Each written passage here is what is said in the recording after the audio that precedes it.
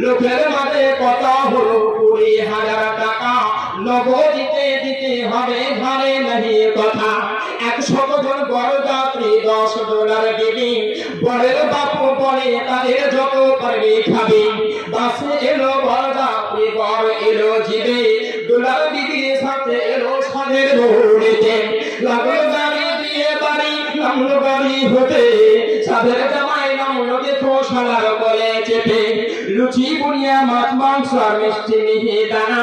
যে বাজক পারবি খেতে নাই তো কোনো মানা পেটটা ভরে খেলো খানা পড়লো যত পেটে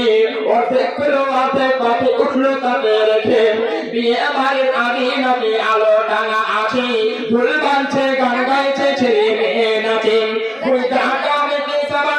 গোসল খানা যায় পরে সারি শ্বশুর বাড়ি যাবার অপেক্ষায় কুটুম খাবার ঝামেলাতে দাদার বাপু আগে বলে ভাই ওহে বিহাই দেবে কেন কাজে সব ফেরিয়া বেটি বাপ এলো মজলিসেতে দেখা দেখি মাথায় টুপি দিল সকলেতে কেউ বারবার কেউ মাথা ডাকলো গামছাতে আর ঘন ঘন সুবহানাল্লাহ আলহামদুলিল্লাহ বলে বলে বাবা টাকা পেয়ে ঘুরে হেসে হেসে বলার শেষে হাসি মুখে উঠলো দেখে কেসে কাস্তে কাস্তে উঠলো দেখে তার লোকটা টাকি টাকা ছুঁড়ে বললো রাখো না বাকি বেটির বাপু সবার মাঝে জোরে করিয়া হা